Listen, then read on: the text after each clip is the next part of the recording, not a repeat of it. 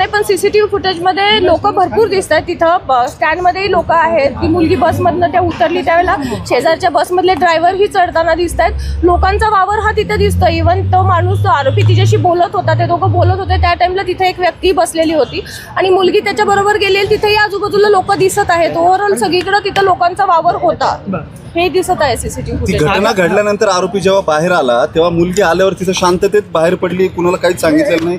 आरोपी निघून जाताना दिसतोय शांततेत. एक्झॅक्टली. सीसीटीव्ही फुटेजमध्ये आरोपी खाली उतरला की लगेच 2 मिनिटात मुलगी हे झालेली आहे, खाली उतरलेली आहे आणि नंतर ती निघूनही गेलेली आहे. बसमध्ये बसून ती गेलेली होती. निंब्या रस्त्यात गेल्यानंतर तिने तिच्या मित्राला फोन केला आणि त्याच्यानंतर मग ती परत त्यांना सांगितलं की नाही तू ह्याच्यात कंप्लेंट कर. त्यानंतर मुलगी जवळपास 9च्या दरम्यान पोलीस स्टेशनला आलेली आहे ह्या सगळ्या गोष्टीची माहिती द्यायला. शॉक मध्ये होती का हे सगळं झाल्यामुळं तिला काय करावं हे सुचलं नाही कदाचित किंवा- आपण तसं म्हणू शकतो. त्याच्यामध्ये तिला सुचलं नसेल आणि त्यामुळे ती उशिरा आली असेल. परंतु ती आल्यानंतर आपण इमिजिएट तपासाची चक्र सगळी फिरवलेली आहे.